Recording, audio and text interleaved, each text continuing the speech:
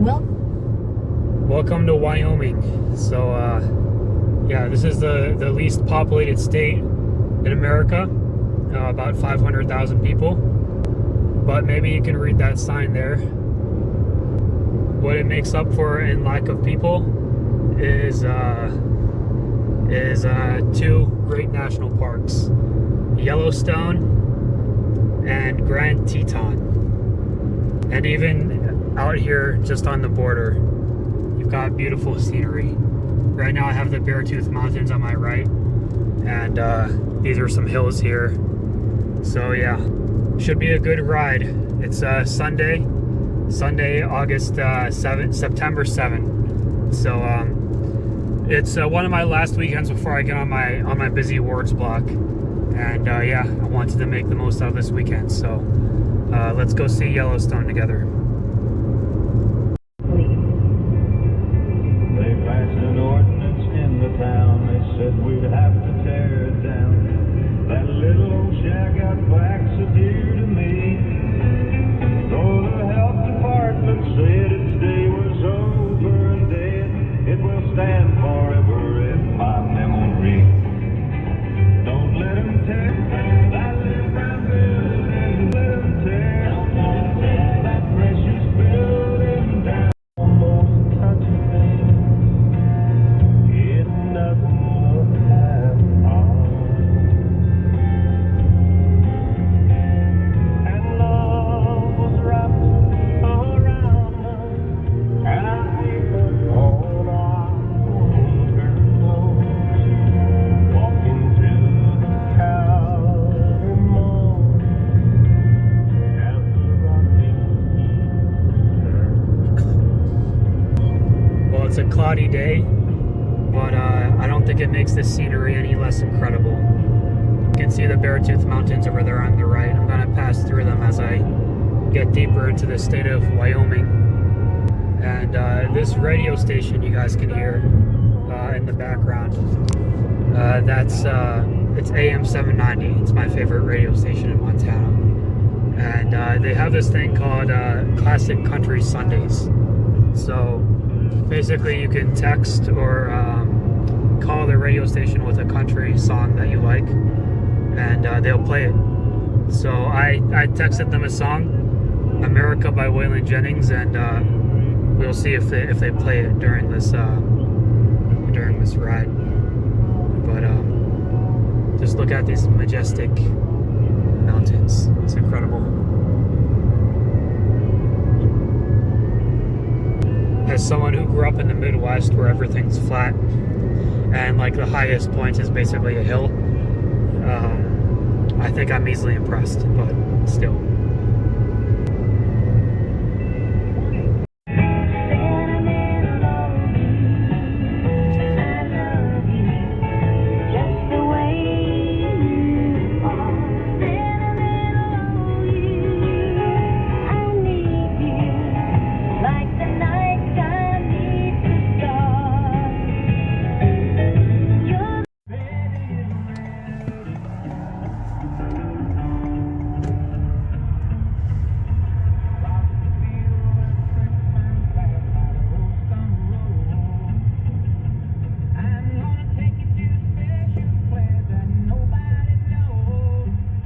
This is Cody, Wyoming. Probably one of the last, well, it is the last like major city before I make it to Yellowstone. So it's got quite the western.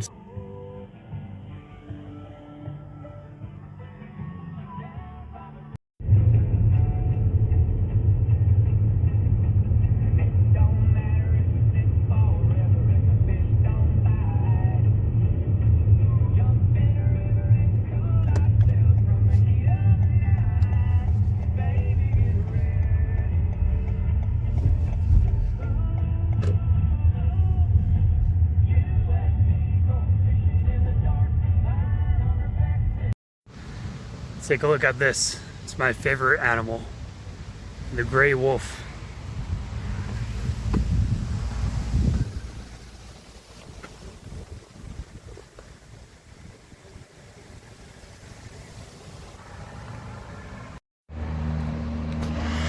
So this museum here, it's called the Buffalo Bill Center of the West. You see that statue down there? That is William Cody, also known as Buffalo Bill, the guy who founded this town. So yeah, I still got 90 miles to Yellowstone, to the part of Yellowstone that I want to go to, so I'm not going to spend too much time here, but I think this is one of those places you got to stop by if you go to Cody. So assuming it's not too expensive, I'll take a look.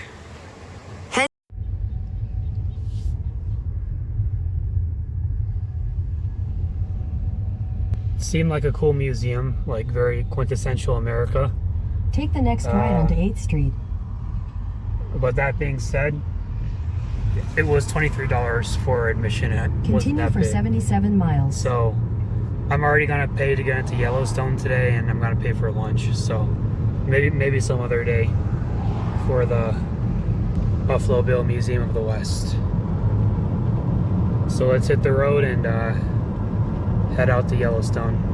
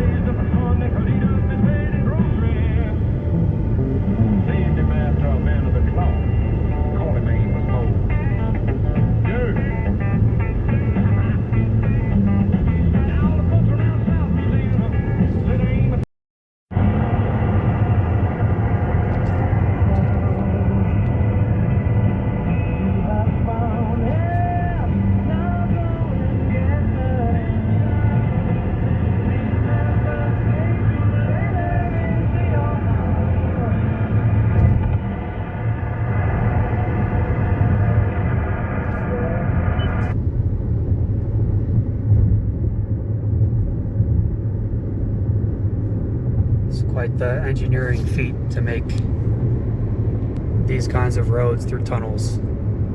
Just take a look at this. It's quite impressive. So there's a dam around here. It was I think it was the biggest dam in America before Hoover Dam was made. So I'm going to try and catch that before making my way all the way out of this Cody, Wyoming area.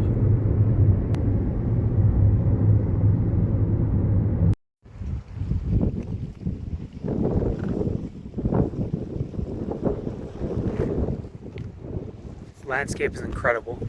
So it's kind of a dilemma here, which is I keep running into cool stuff when I'm trying to get to Yellowstone. But there's a dam here which I think is worth seeing. So it's all the way down there. So I'll take a nice little walk. But as I walk there, I'll kind of give you guys an update on where I am in Residency. Continue for 2 miles. So I'm on my neurology rotation. You know, we got 3+3 blocks in my residency here in internal medicine. And I just finished the second week of neurology. The first week was outpatient clinic, second week was in the hospital. And with neurology, and I'll just show you guys the scenery as I talk, but my first week on outpatient neurology, my first day, I remember sitting down and thinking, you know, these clinics are way more fancy than ours, and it's only a 4-year residency and they're specialists already, right? Like they're people that we consult in the hospital. And so I thought, you know, this is a good gig. Maybe I should have done this. You know, 4 years, you're a specialist. You know, it seems like they make a decent amount of money. But as that week of clinic kind of wore on, I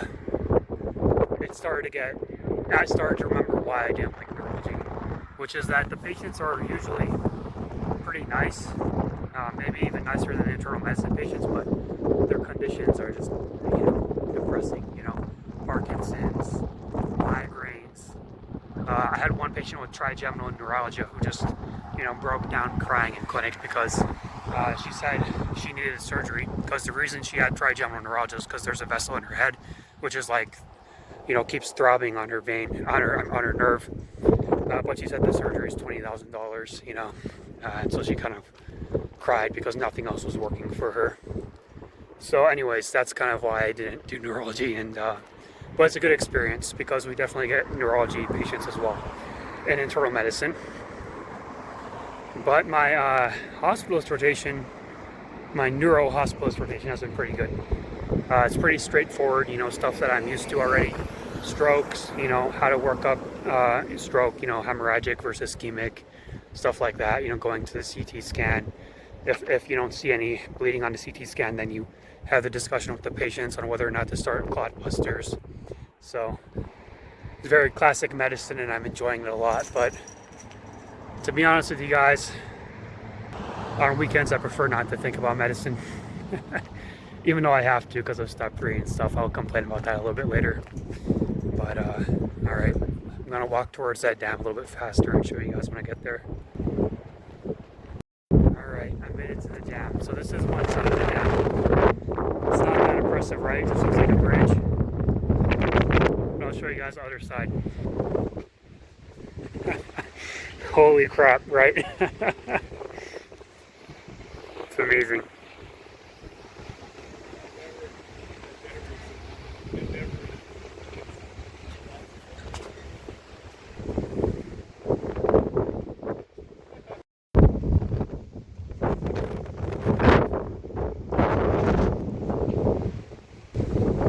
I didn't think I have a fear of heights until now.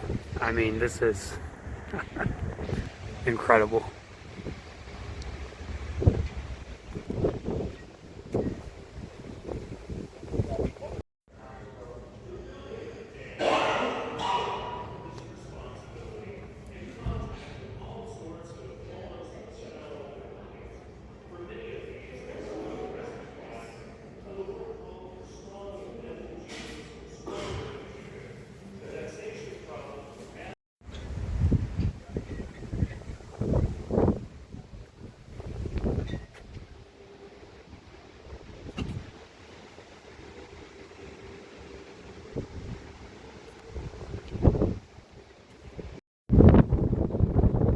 See a bunch of like logs and stuff built up against the dam here.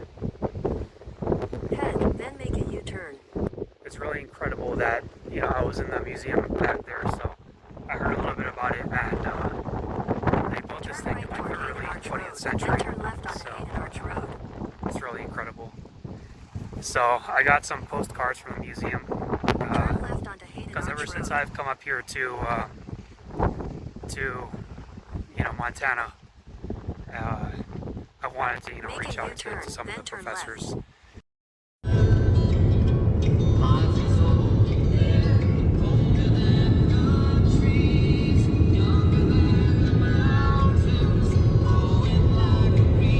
Country roads, take me home.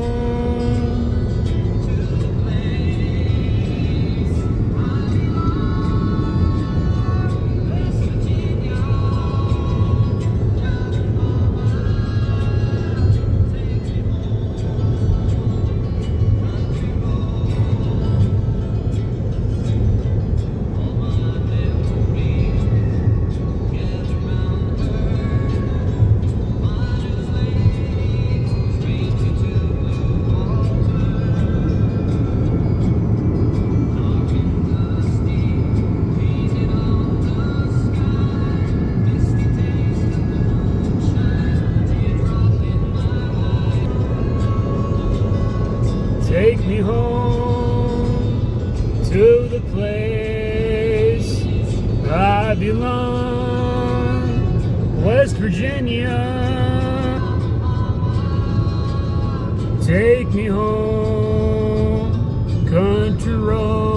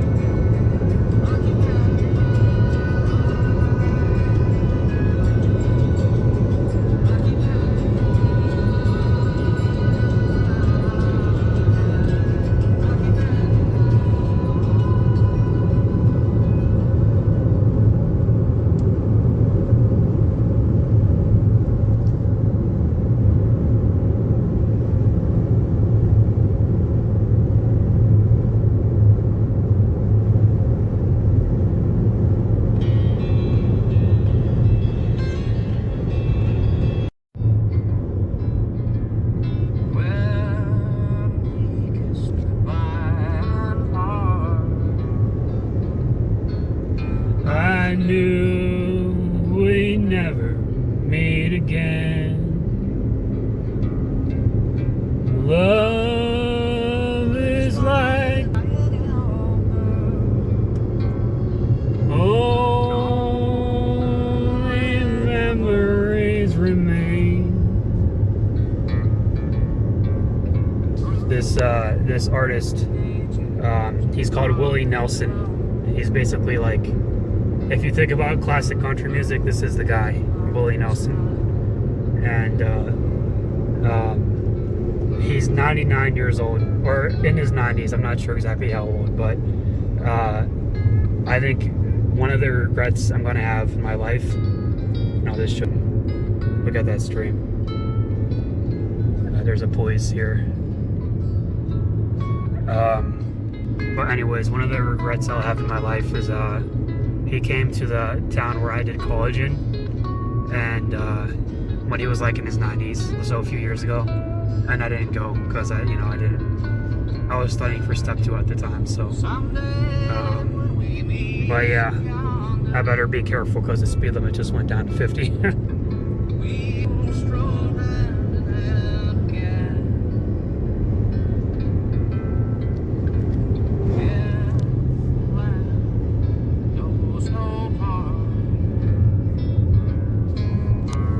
Blue eyes crying in the rain.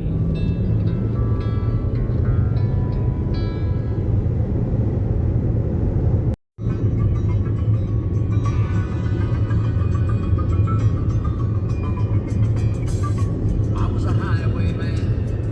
Along the coach roads I did ride, with sword and pistol by my side. Many a young man lost her bodies to my train. Many a soldier shed his lifeblood on my blade. The bastards hung me in the spring of 25, but I am still alive.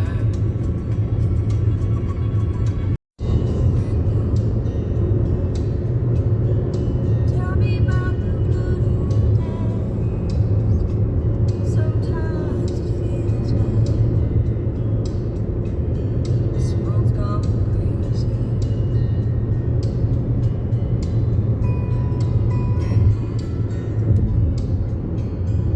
Take me back to yesterday, when the line between right and wrong didn't seem so easy. Lovers really fall in love to stay, stand beside each other all day. Promise really some people make, not just something they would say. Families really love heads to pray. Daddies really never go away. Oh, Grandma, tell me about the good old days.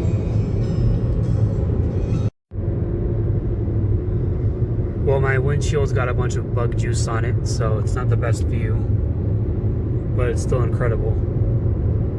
And the radio stopped working too.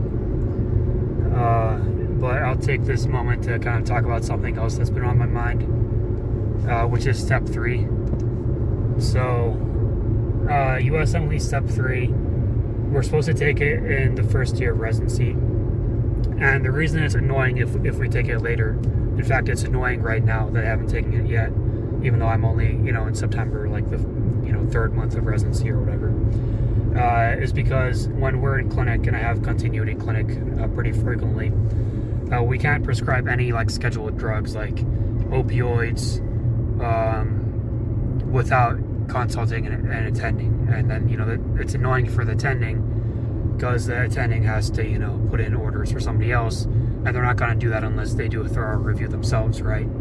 And more recently, Gabapentin is a scheduled drug in the state of Montana, which is absolutely just, stupid. Like, it's not, and it's not a left or right thing at all, you know. So it's like the legislator of Montana passed this law. And look, I'm not pro-drug by any means, okay? But gabapentin is something that a bunch of people take for, you know, diabetic neuropathy, alcohol use disorder, just basically any kind of peripheral neuropathic pain.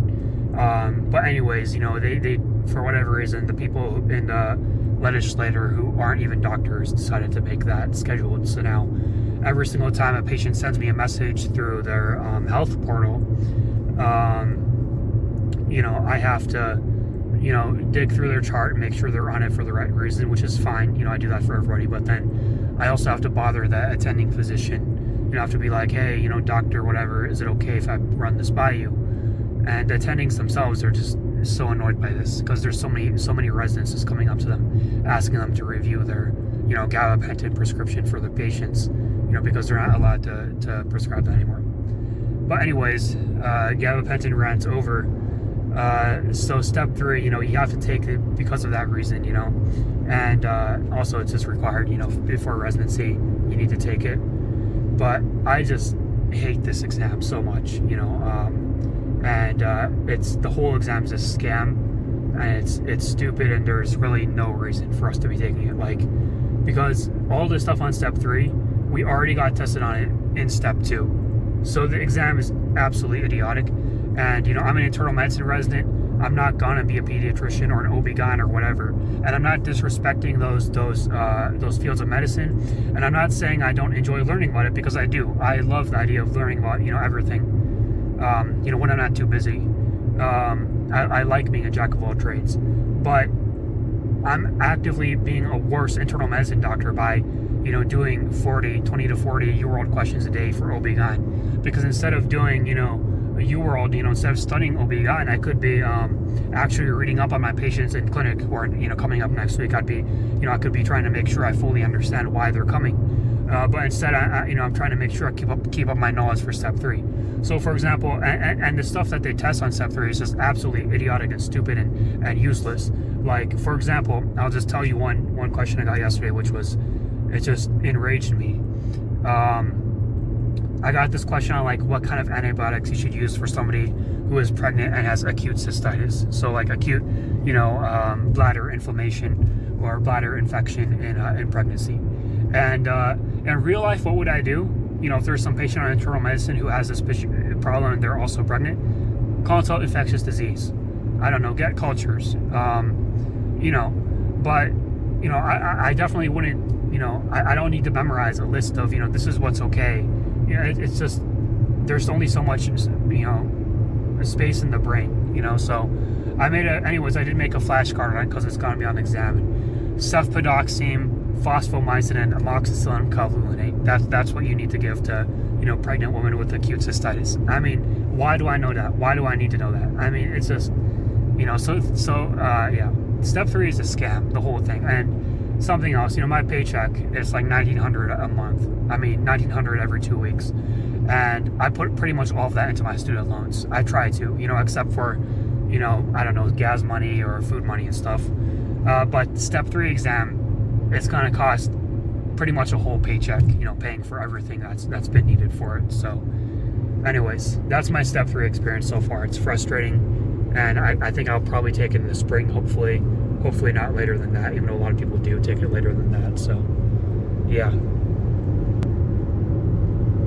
What an incredible view. And I'm getting closer to Yellowstone now, so let's keep driving.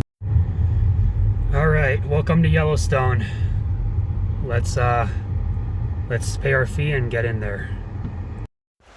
All right, welcome to Yellowstone. So I paid my fee, $35, and I stopped the car right here on the side of the road just to review the map and plan out the parts of Yellowstone that I want to see with the amount of time that I have. So let me just find a place to sit here and we can look at the map together. There's all kinds of spiders and shit, so I think I'll just do it in my car. But look at this stream, it's incredible.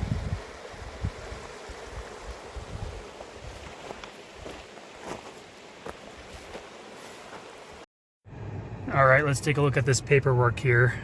So first of all, Yellowstone's a dangerous place. We got bears, bison, elk, wolves. So there's at least, like, if you look at Wikipedia, there's at least like one person who dies from a bear pretty much every year. But lucky for me, I went to Costco last week, got myself some bear spray, so this will keep me safe. I don't plan on doing any long hikes anyways. And then let's look at this map here. So Yellowstone is huge. I mean, just take a look. It's pretty much all of northwest Wyoming, as well as parts of Montana and Idaho. So, you know, if somebody wanted to, they could pretty much spend, you know, weeks at this park without seeing everything. But I'll just show you guys what I'm going to do today, because it's already like 2 o'clock. So I'm going to skip some of the, you know, some of the parts of the park and really go to the you know, the main highlights. This is where I am right now, the east entrance. So I'm going to drive through all of this. I'm not going to stop at any of this. And really what I want to see is right here, Old Faithful. That's the biggest geyser in Yellowstone. And then there's probably some food around here too, some restaurants. And then after that, I want to see Grand Prismatic Spring. And there's a nice like walkway around Old Faithful, I think. Yeah, you can see the map here too. So Grand Prismatic Spring, where is that? Right here. And Grand Prismatic Spring has a nice little trail to a waterfall called Fairy Falls. We'll see what the time is, because I don't know if I'll have the time to walk that trail. But if I do, I'm going to see that waterfall there.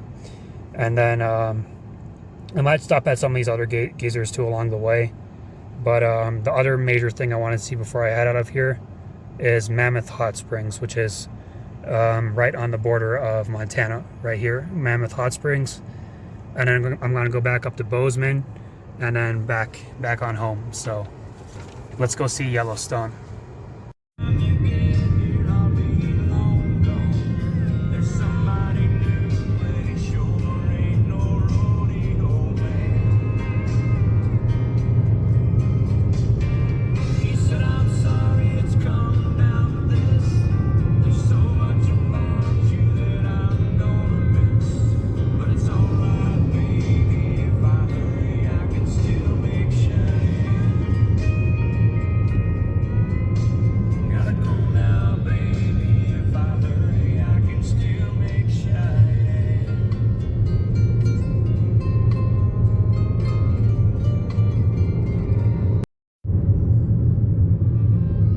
So I don't know why, but a bunch of the trees in Yellowstone look like they've been burnt or something. So if there's like I don't know, a forest person who's watching this, maybe they can explain. But yeah, it's really incredible. I mean, a bunch of these trees are just like straight up naked. So not sure what happened here.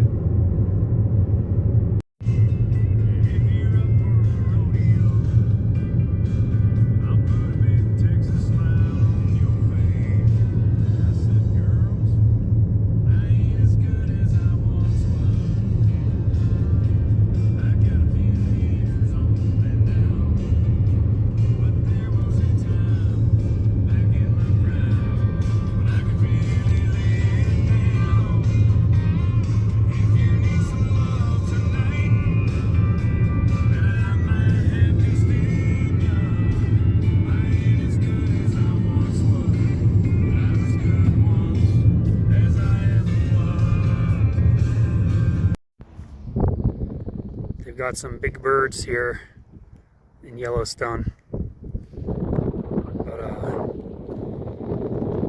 I'm gonna be honest, I'm still on the east side of the park here. It's been a bit underwhelming because I don't know what all these dead trees are about.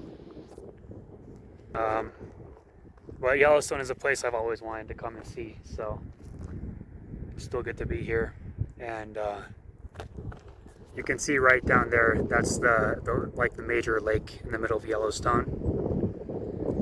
So I'm gonna drive past that to the west side, and then that's where all the volcanic activity is the geysers and stuff. So let's head on over, and hopefully the rain is gone by then, because it doesn't make for the best shots. But yeah, let's keep going.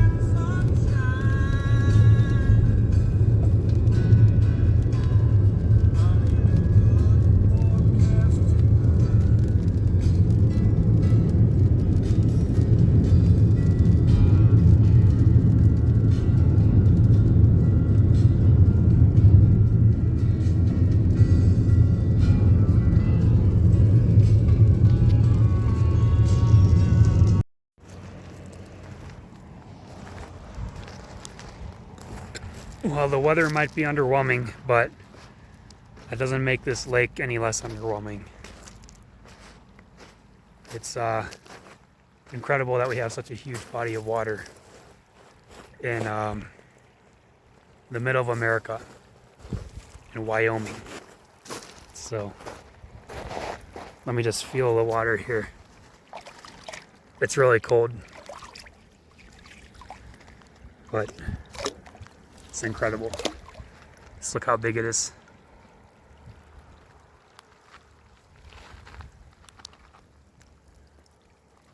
So I just came in from the east side, which is over there, and I'm gonna drive out to the west side. There's no internet out here, so I'm not sure what the actual forecast is for the weather. But I still have like the old forecast from Cody, Wyoming on my phone, and it said that for Cody it would be raining until how long? Until like 3. So hopefully that means the rain here will stop within an hour or so as well. Because if you just look at the clouds there, it does seem to be an opening over there. So I wish I had brought some sort of like hat or something though. I have a really cool hat with like from the show Air to Rule. I wish I had brought that. But yeah, let's take a look at this lake.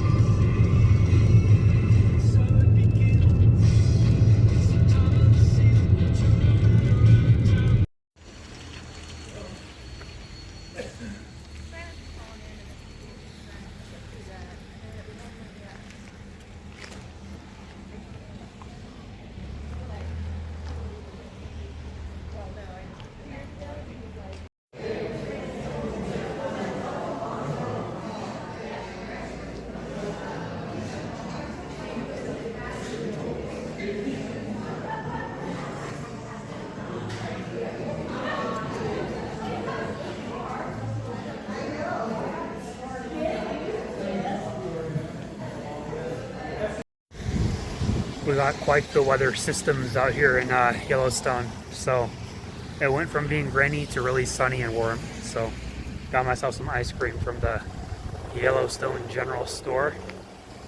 And I'm in the middle of the park now. Everything I want to see is on the west side, so I'm gonna kind of drive over there because I don't want it to get too late before I get there. So let's keep going. But the park is getting a lot more beautiful now.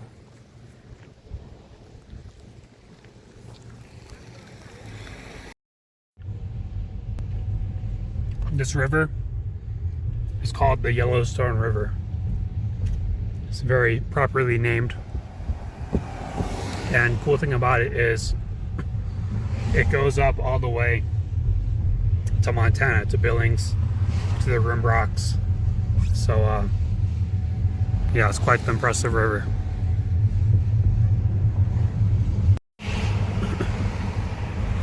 So if we look at that sign there, it looks like it says 58 on one side and 39 on the other to Old Faithful. So I want to go to Old Faithful, so I don't know. It said it twice on that sign, so I need to figure this out. So all right, that's where I am right now. I just passed the fishing bridge. That's where the Yellowstone General Store was. So I went up, which I shouldn't have gone up because that goes this way. So I need to U-turn, go this way out to Old Faithful. So without further ado, let's get on it. Look at the ground here. It looks like this part of the lake got a bunch of hail. I thought it was snow at first, but it's incredible, you know. The weather is it's 57 degrees. See a bunch of well, it looks like snow on the ground. I think it's hail, but yeah.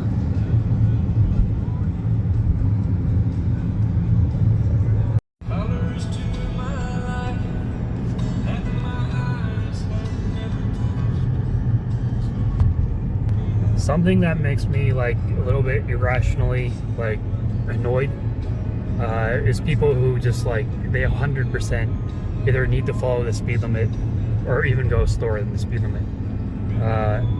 So like if you look at the cars ahead of me, I'm going like 40 right now, even slower now, 37. Why? Because there's 4 cars ahead of me, and the car at the very front is this white car that's going, you know, super slow.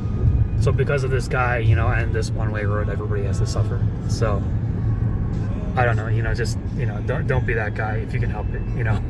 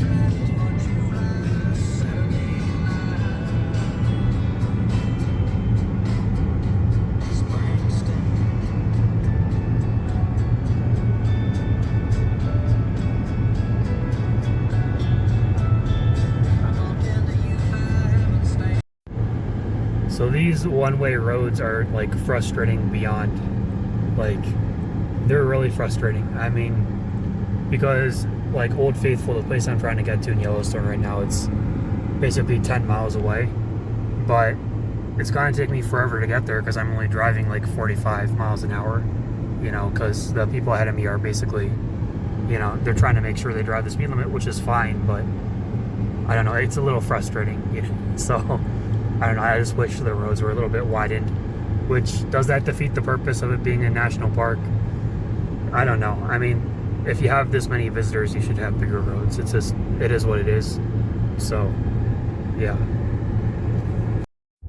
All right, I made it to the parking lot of Old Faithful, and wow, you know, So the landscape is cool and all, but something I didn't expect was how busy this park is. Like, there was traffic like pretty much throughout the whole park, and then just look at all the cars here. So yeah, the crowds are insane. But anyways, I'm gonna see the eruption if it's time for that, and then eat something here, and then go on to the next place. But yeah, let's see what we have here. There's some cool like tents and huts and stuff here too.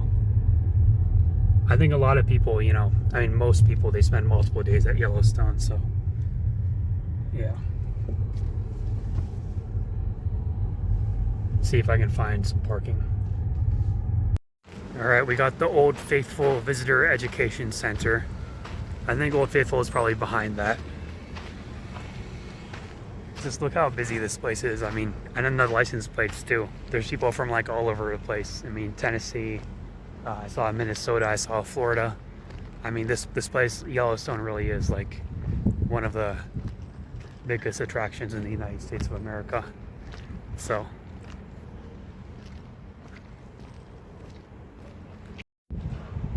Old Faithful is a geyser. And the reason it's called Old Faithful is because it erupts about every 1.5 hours. So you can see here it says the next eruption is predicted to be at 4:35 p.m. So right now it's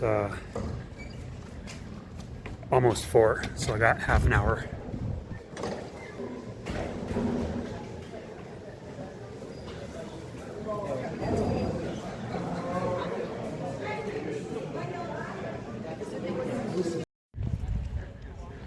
So if you see that smoke right down there, that's Old Faithful, and it's like basically has this huge volcano underneath it, and it's like a kettle pot. So the pressure builds up from there's some water underneath it, and then underneath the water is hot rock magma. So every hour and a half, the pressure from that magma builds up enough that the water explodes out of the geyser. So got half an hour left until it explodes, but you can see like people start sitting here waiting for it to do its thing. So I'll find something to do until it's time for it to do its thing.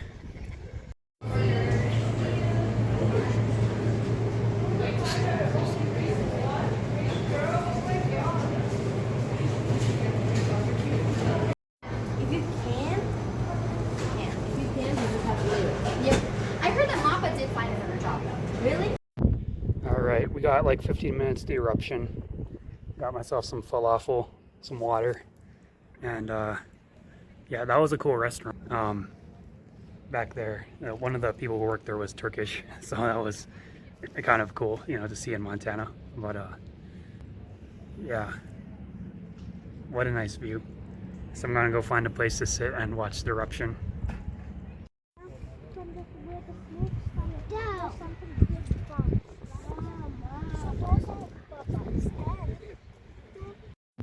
Yeah, sure.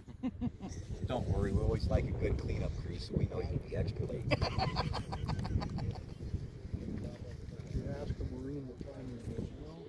Mickey's big hand. That's about right. Our crayons, you just might not. We gotta have our food.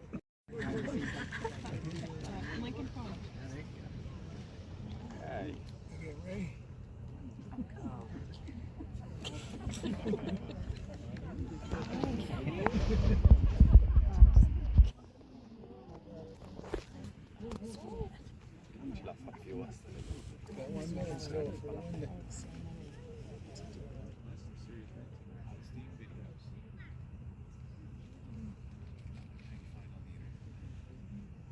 Charge my phone again. No kidding. Who has a portable battery anyway?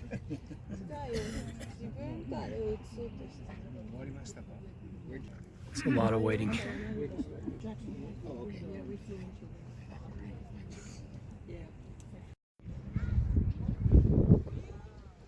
Well, it's 4:55, so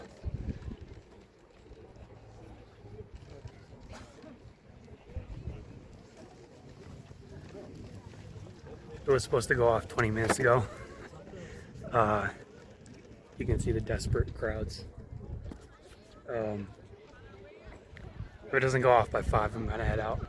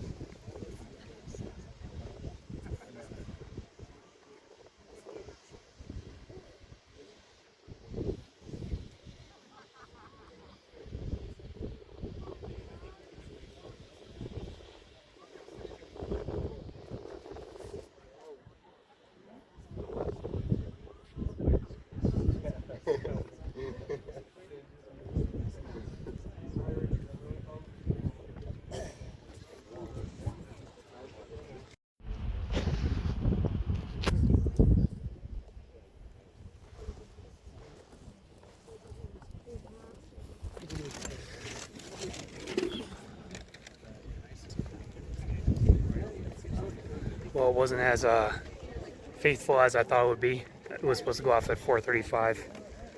Went off at 5. So, but it was worth it. It was pretty high, pretty cool. We're gonna have to wait till the next one when we come out. So you can see where it just exploded, and then kind of a flow of water from that.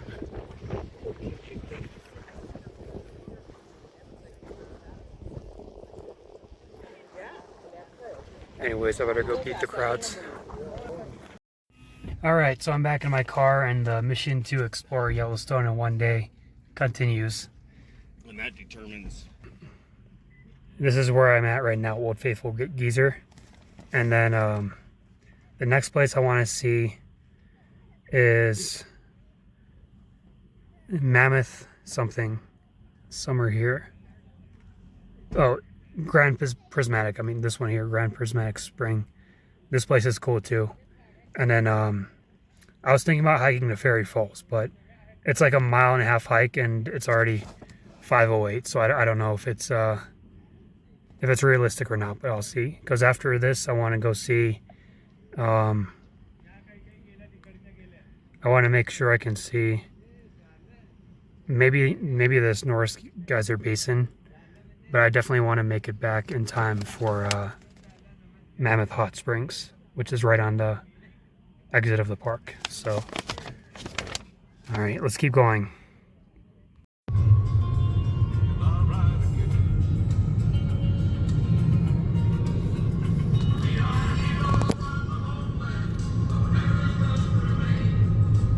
So you can see there's like cool stuff all over the place.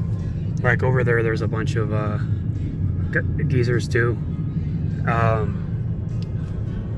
but yeah, so I think if you want to explore like Yellowstone in detail and make sure you see all of the cool stuff, I don't think it's realistic to explore it in one day. Now granted, I'm driving from Montana and I woke up at like 9 a.m. and I left at 10 a.m. So you know, if you're like near Yellowstone and you try to do it in one day, but I don't know, like in my case, I'm probably gonna see like 2 more sites, you know, before it's too dark to see anything else. So, But yeah, because there's a lot to do here. Like the middle of Yellowstone has all the cool like bison and stuff, which I didn't get to see. And then like there's other, you know, the lake itself is a, you know, you can spend a whole day there. So you know, this is quite the landmark.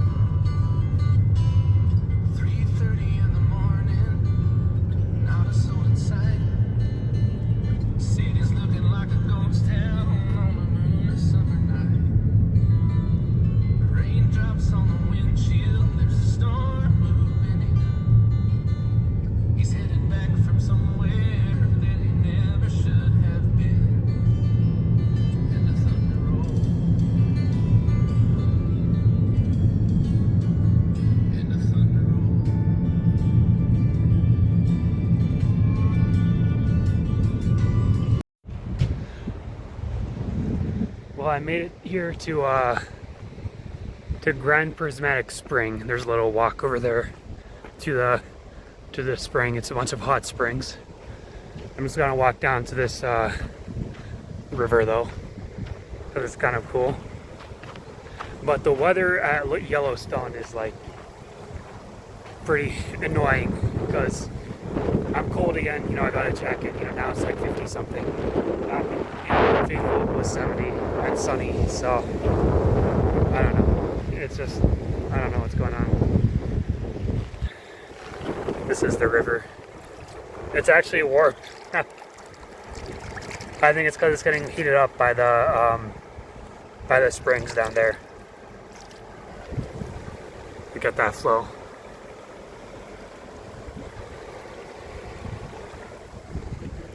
All right, I'm gonna go walk up to the spring over there.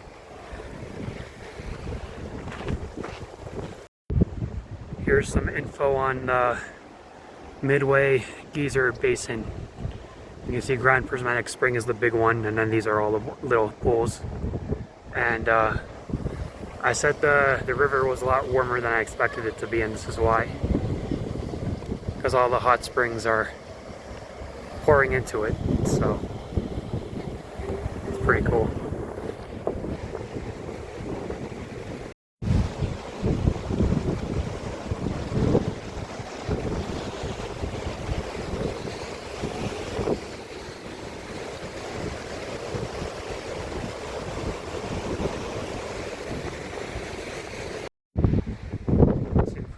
See, the water is so hot here that it boils off,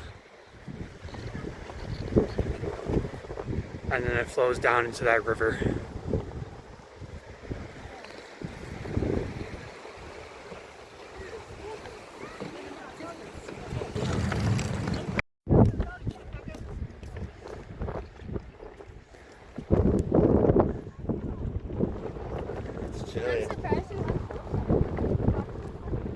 So I watched the documentary on the history of Yellowstone before coming here, and it's interesting. So Yellowstone's, you know, been inhabited. It's been an area where there's been people for a long time. You know, Native Americans. They saw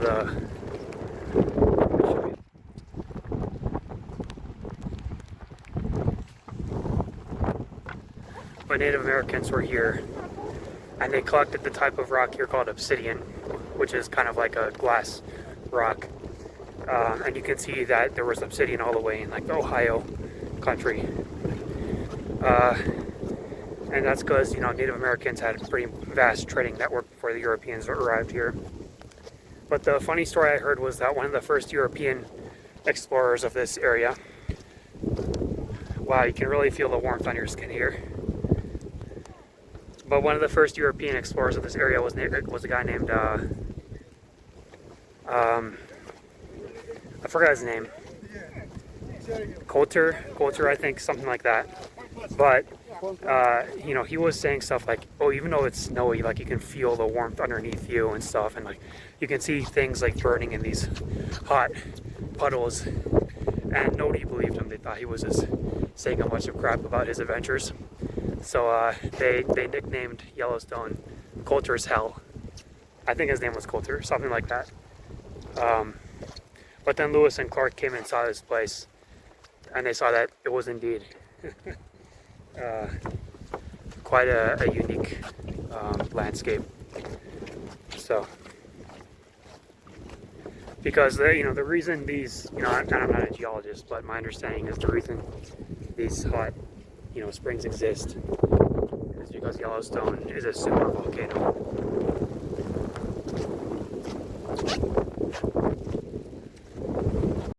The contrast is incredible. So you can kind of, it's cold, it's raining. So like this side, the side facing away from the pool is cold, but the side facing the pool, you can feel the warmth coming on you. It's that warm, the water. And just look at the incredible colors. Wow, I just felt that smoke.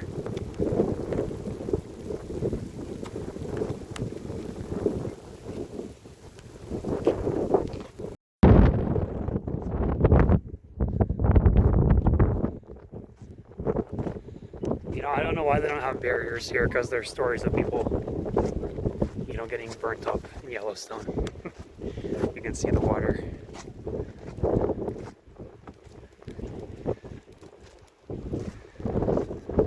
And that's Prismatic over there. Little rain ain't gonna stop me. Just look at the landscape around you. So many different colors. And then this giant spring.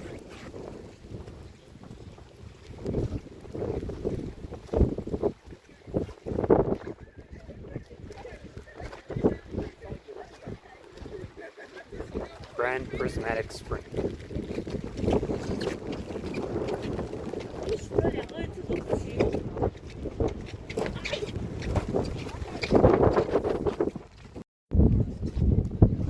We're gonna do what everyone says you're not supposed to do. Touch the water.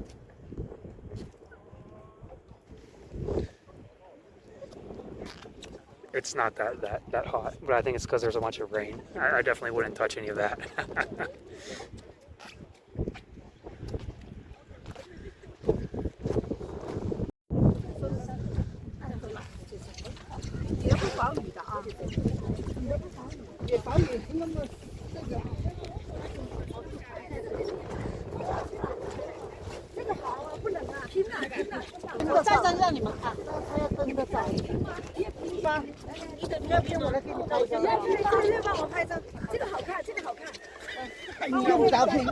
Excuse me.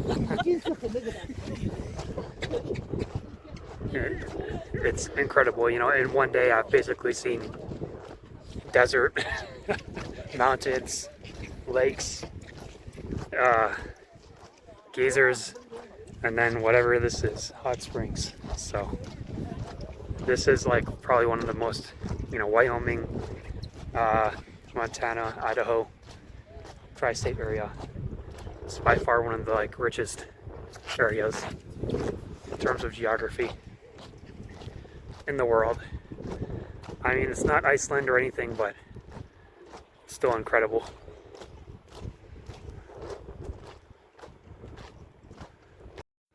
A while back, just a few months ago, there was a story about these hot springs. There was a guy who fell into one of them. And this happens every now and then, unfortunately. And what ended up happening, you just feel that warmth, it's incredible. But what ended up happening is the guy basically dissolved in the hot spring. I mean, that's how warm they are. They only found something that he was wearing, so yeah, these are pretty dangerous, but also incredible.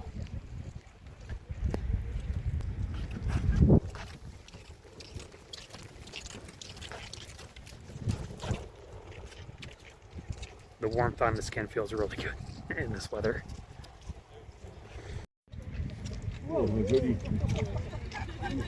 There's so much smoke that you can barely see it, but see the kind of multicolored water down there.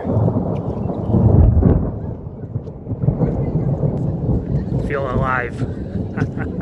We got thunder. We got whatever this is. It's incredible.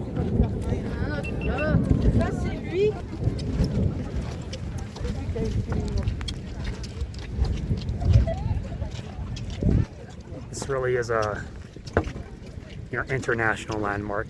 And I've heard so many languages today. Italian, Turkish, French, Chinese, you name it.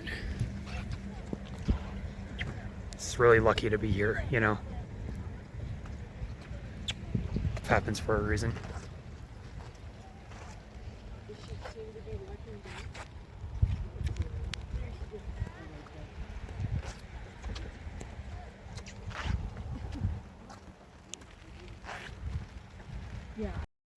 It's a little bit of info on why this landscape is so unique.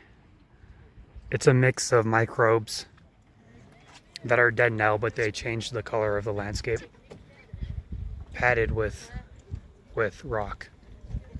So, wow. Got the hat over there.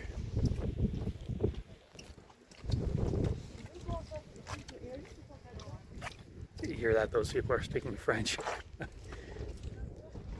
Got all kinds of languages, people. It's our planet, that's what it is.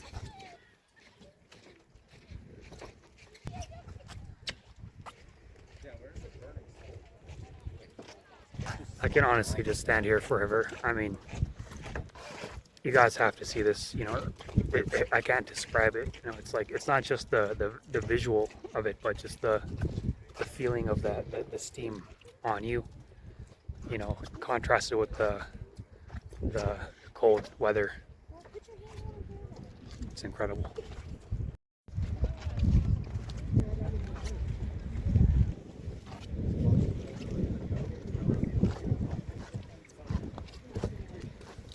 Is this it over here? Yeah.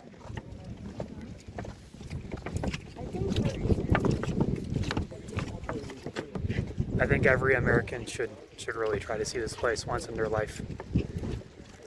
It's incredible.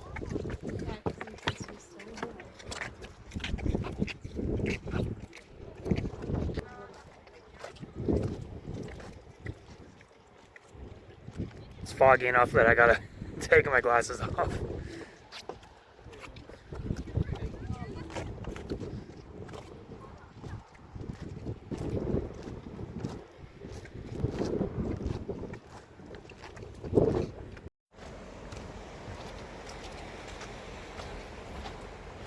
I don't think I'll have time to see Fairy Falls because that's a long hike and it's kind of late in the day, but this place in and of itself was enough. I mean, if I had only seen this place, it would have been more than enough. I mean, it's really that amazing. But I'm gonna walk back to my car now and then try and catch Mammoth Springs. But I'll just show you guys this again.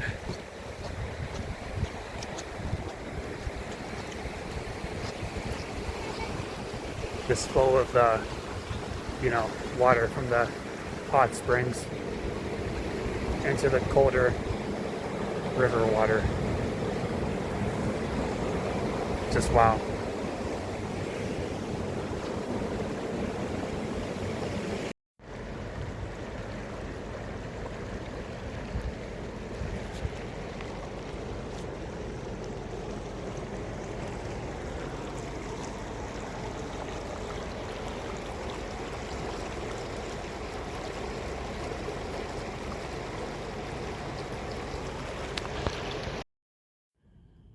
All right, so Old Faithful was cool, but kind of maybe slightly overrated. I mean, the wait was really long. And they've got fountains that shoot up that high these days. Not to downplay how incredible the nature is there, but Grand Prismatic Spring was like a must-see. It was amazing. So I'm gonna keep going, and my plan is to see Mammoth Hot Springs. If I see this, I'll consider that a win, but maybe I wasn't really planning on stopping at any of these other places, but if they seem interesting, I'll stop by those as well. Let's keep going. Well, this is just incredible. We've got traffic like as far as the eye can see. Just wow, it's incredible. So not sure what's going on, but hopefully I don't get stuck in this. You know, it's I don't know, it's like everybody's coming here, right? Like, and I'm one of those people, and unfortunately to some extent it makes the national park experience worse to have so many people, you know, to have such a big crowd. But they really need to widen these roads. I mean, that's really the only solution. You know, you have to accept that there's a lot of people coming here to, you know, experience this nature and appreciate it, and widen these roads. I don't think it's a big ask. They've probably made, you know, God knows how much money, you know, from tourists. So this traffic is insane. Wow, look at that. And you can see some mountains down there. The landscape is incredible. Traffic, not so much.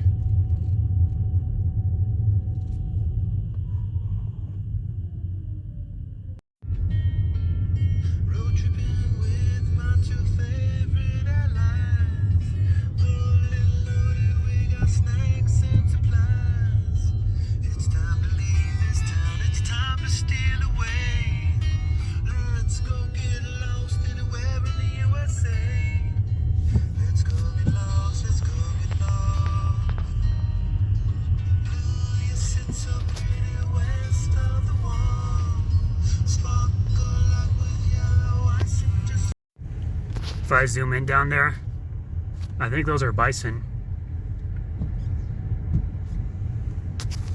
Not 100% sure. And then you can see the springs. There's springs all over the place, not just in the, you know, main viewing areas. So there are signs though, you know, we're not supposed to be stepping on the ground over there, because you don't want to accidentally, you know, step into one of those, you know. But okay, good, the traffic cleared up, so let's keep going. So there's like a trail here on the side of the road, and a small little hill which they call Mary's Mountain. So I don't know if I should try it or not, because it's getting late. I didn't get a lot of steps in today though. I'm gonna try and go up this hill here and then walk back. And I have my bear spray with me just in case I get ambushed up there. Let's do it.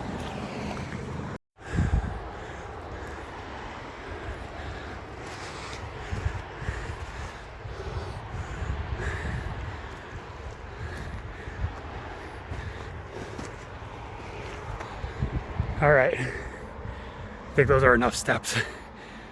Whew. Look at this landscape and the exodus out of Yellowstone, and those hot springs down there.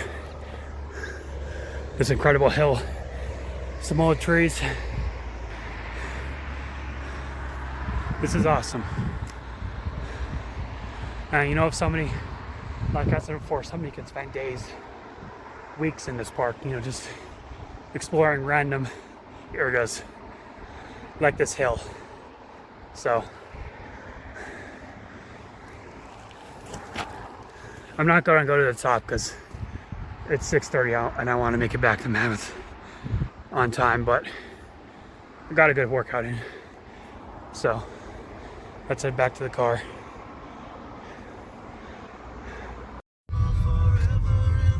Yay, more traffic.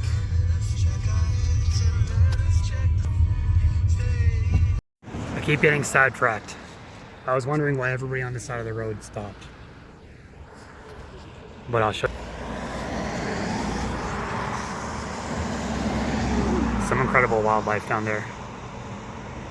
Unfortunately, my camera quality isn't the best, but I think those are wild horses.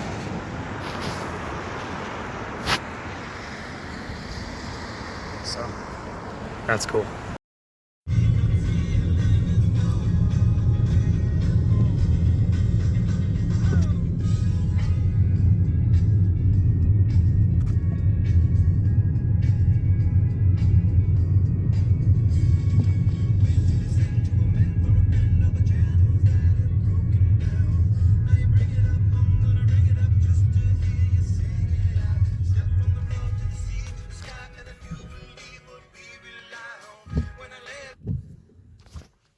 Can't help myself. I think I just saw a waterfall, so I'm gonna go check that out and then get right back in my car because it's getting late.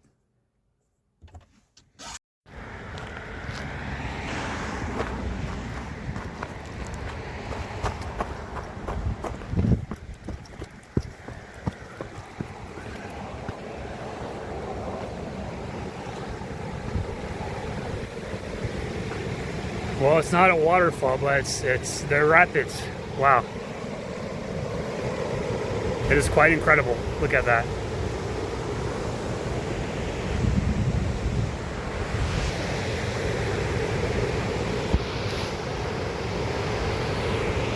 Makes me want to grab a log chute. All right.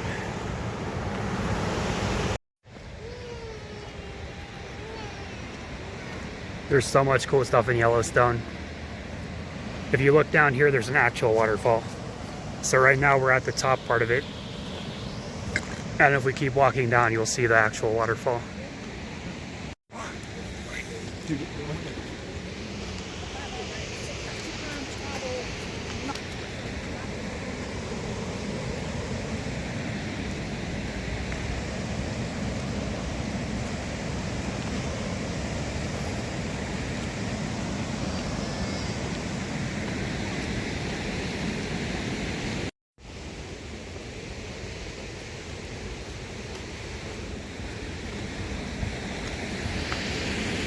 Gibson Falls, ladies and gentlemen. How about that? Look at that.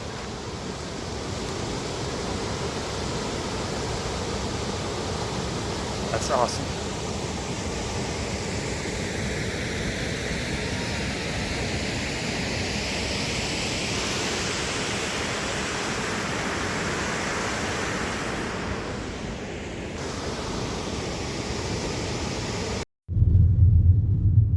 This is another hot spring, barrel spring. It's awesome.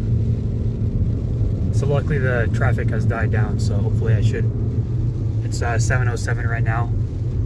Hopefully within like 20 minutes I'll make it to Mammoth, so there will be a little bit of sunlight left to see the hot springs down there before exiting the park.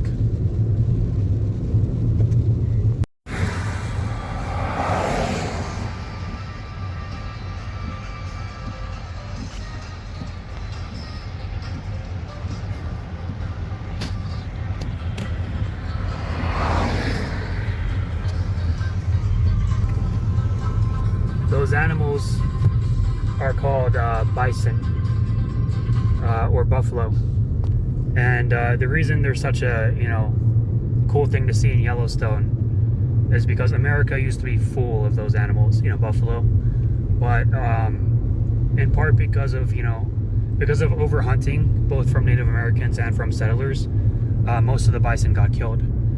The bison used to be what's referred to, in present day it's referred to as like the Walmart for Native Americans. Like, they could use the hide for different things, they could use the meat for different things, and so the bison was really an important animal for Native Americans in this region. One day I'll go to in Montana, there's a place called the Battle of Little Bighorn. That was the Native American tribes that lived there and participated in that battle. Bison was really important for them too.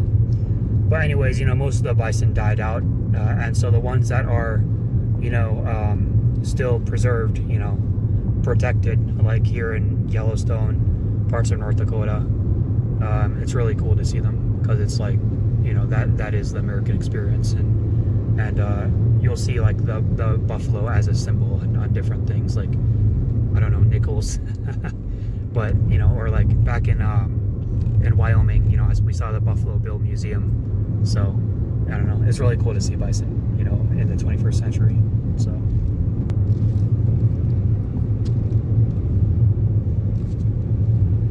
this weather is bipolar, man. You know, it goes from sunny to rainy to sunny to, you know, whatever this is. So this is incredible. Take a look at this. There's a buffalo right there, a bison right there. This is awesome. What a gift. This is amazing. Let's drive up close to it.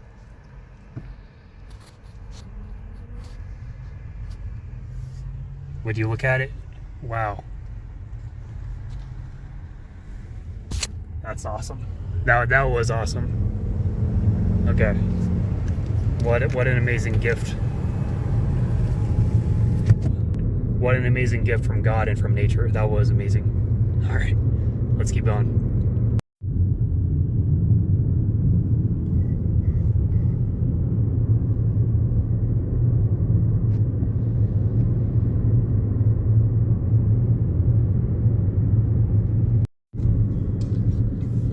This world's gone crazy.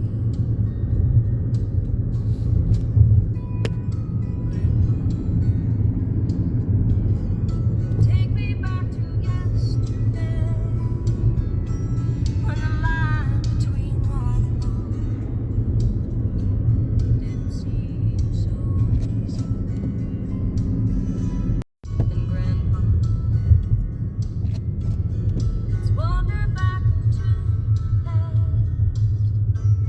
then paint me the picture of love. The diversity in landscape in Yellowstone is incredible. I mean, I went from like who knows what, you know, a lake, mountains. Now it looks like a canyon over here. I mean, just wow. You know, the geologic diversity in this region. Wow. But anyways, I'm still trying to make it to Mammoth before sundown. But you know, this is how fast I'm driving because of the speed limits here are so slow. So yeah.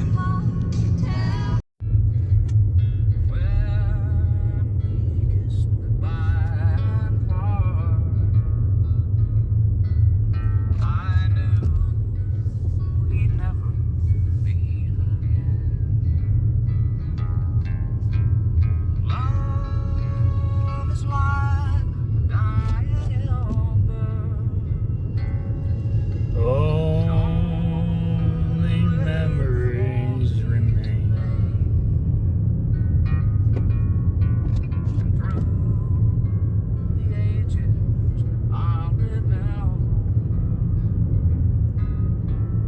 Blue eyes crying in the rain.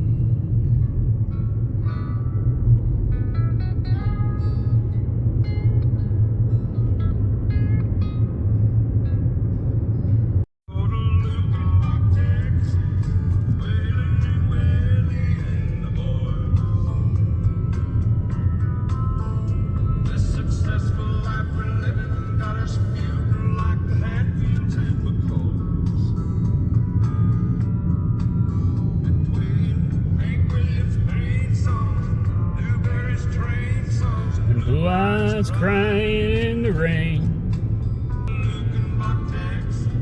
There ain't nobody feeling no pain.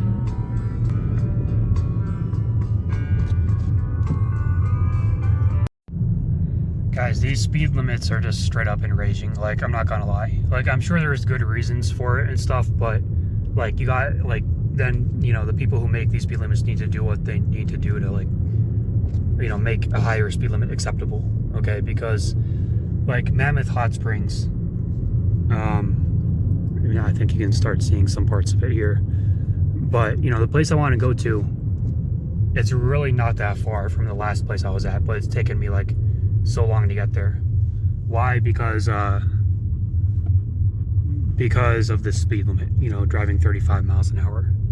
But it looks like I'm getting close, so let's see what's next.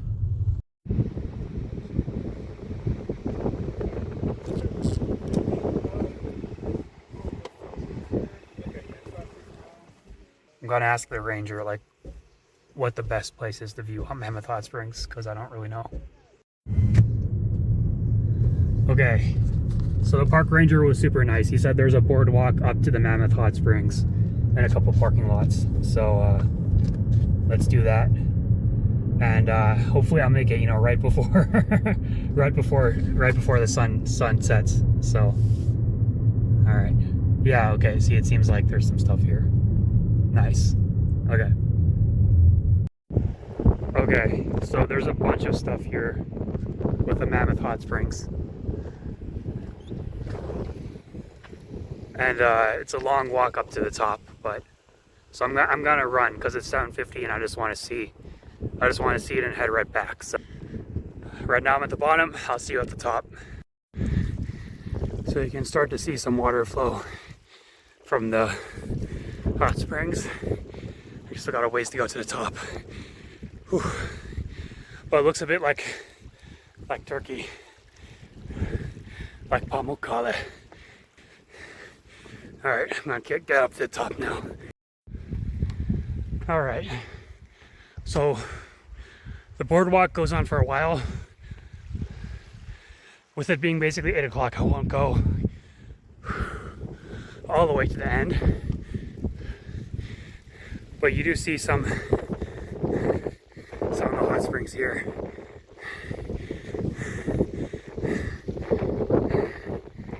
It's pretty cool. And down there is the town of Mammoth.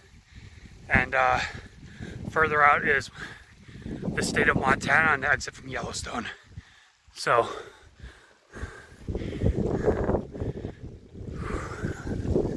let's see how much farther up we can go.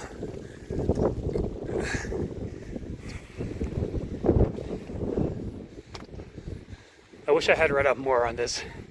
Hey, look, a bird.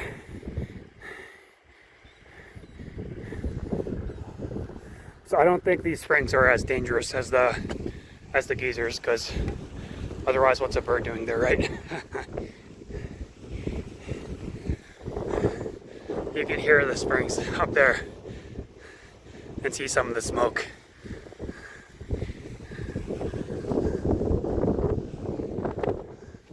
So I don't even think there's a boardwalk that goes up there, but that's the viewing area.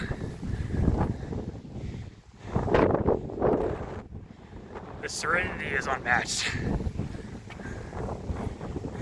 But being alone is a bit dangerous too. I mean,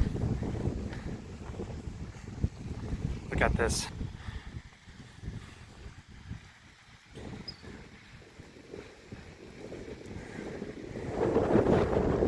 It's incredible.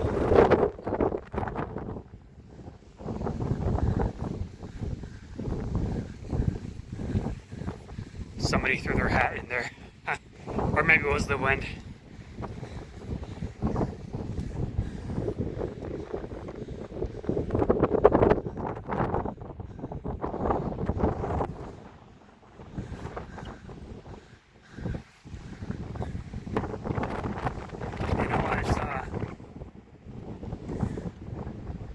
This is a big contrast, you know, from what I would have done this weekend, which is like sit at home, try to do some New World questions, but really just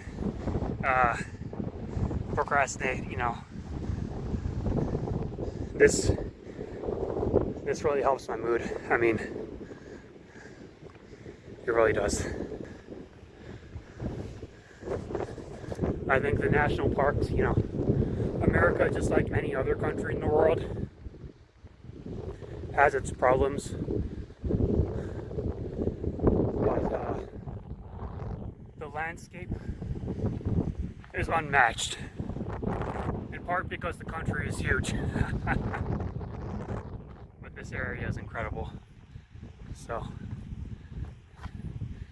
Mammoth Hot Springs Terrace.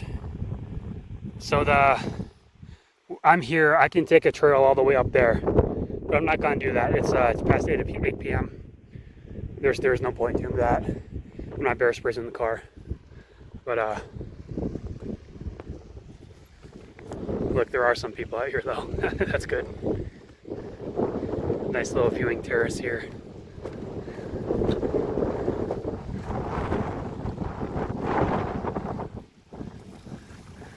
You can see kind of the smoke coming off. And a little birdie.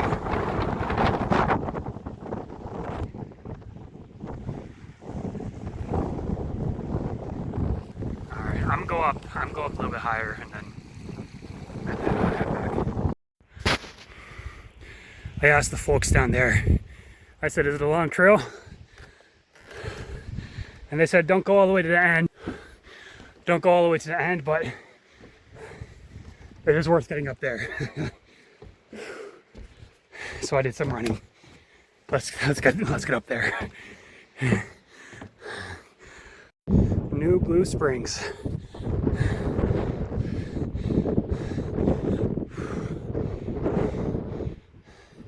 This is the kind of landscape you expect to see in like Fallout New Vegas or something.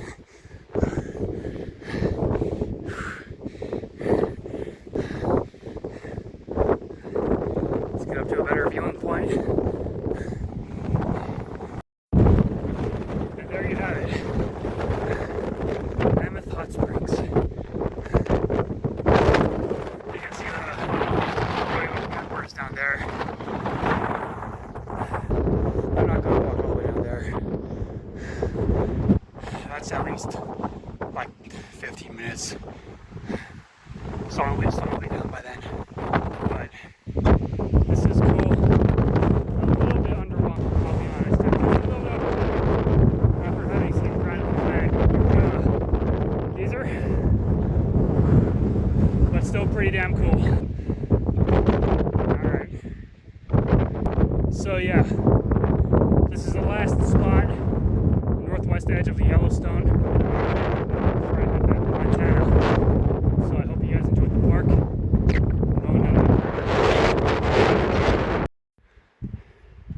My favorite video game of all time, I think one of the best games ever made, is Legend of Zelda: Ocarina of Time. And for those who haven't played it, it is a classic, so I highly recommend it.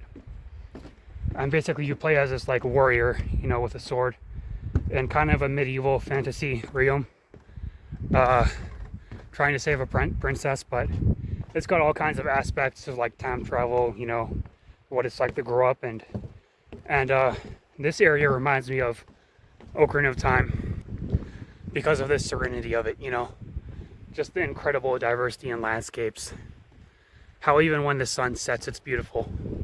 I mean, there's a lot of places in Legend of Zelda and also in Twilight Princess where, you know, another Legend of Zelda game where you just see this incredible landscape. In fact, the creator of Zelda, Shigeru Miyamoto, he said, the whole point of this game is bad things happening in beautiful places.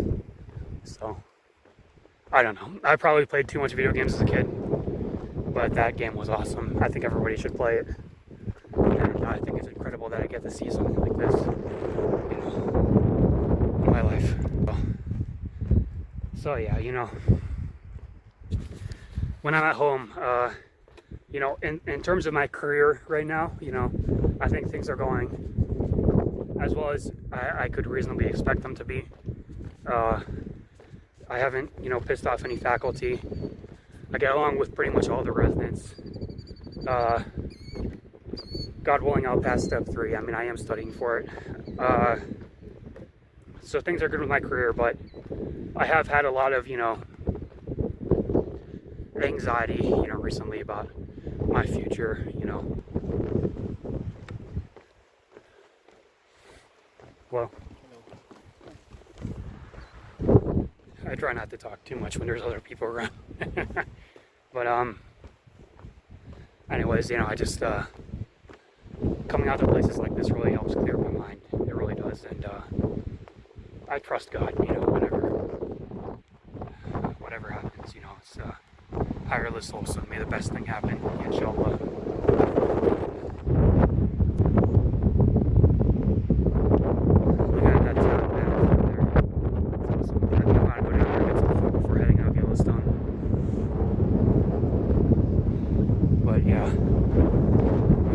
guys this part of the spring again before we end this.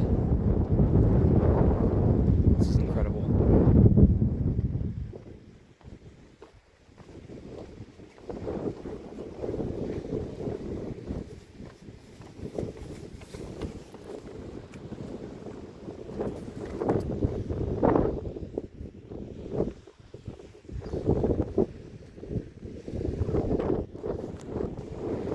You know, part of being you know, kind of like hiking alone, you know, as a guy is like, you know, women can get kind of scared of you, which is understandable, but kind of unfortunate, you know. So you just saw, you know, the people I passed, you know, her partner tried to make sure that she was kind of, you know, next to her, which is a nice thing to do. So, yeah, look at that flow. All right, gotta make it back down to my car now. So this is Mammoth. There's a nice restaurant there. I went inside, but it's way too expensive. Like $33 a plate. Like, I'm not gonna do that. And then it seems like there's like a hotel there. So, honestly, it's not that impressive. So, and at this point, it's too dark to actually see anything or do anything. But I'm right at the border with Montana, and I'm gonna head back. Probably make it back around midnight, and then get started, you know, with another week of my neuro-hospitalist rotation. So I'm gonna end the vlog here. I hope you guys enjoyed Northern Wyoming and Yellowstone in half a day. I will say, can you do Yellowstone in half a day? Probably not. I mean, I missed a lot of cool stuff, but I also saw a lot of cool stuff. So if you only have half a day, then go ahead and do it. But ideally, you'll spend at least the whole day here, if not a couple of days. So anyways, I'm gonna head back, and you guys have a good one. All right. So I just hit a skunk, yeah, middle of the road. So it was right there in the middle of the road. You know, I couldn't make it, you know, immediate change. You know, skunks are kind of dark black. You know, it's hard to, you know, I was going like 70 miles an hour. This is the highway, right? So I can already smell some smoke. So hopefully I didn't damage the car too bad. Shit. So I'm gonna find a place to stop and assess the damages. You know, I didn't mean to hurt it. You know, Allah Rahmatits, and you know, may it rest in peace. Let's see. The joys of living in Montana.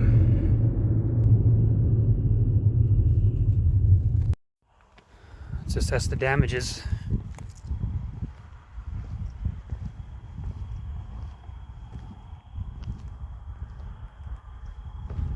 Wheel looks fine.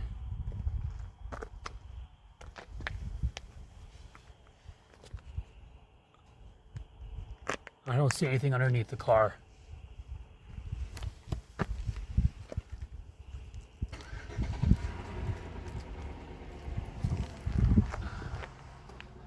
All right, I think I'm gonna be fine. Scary stuff, so. Yeah. Not ideal to be driving out here in the middle of the night, but that's the situation I'm in. So anyways, have a good one, I guess. Drive safely.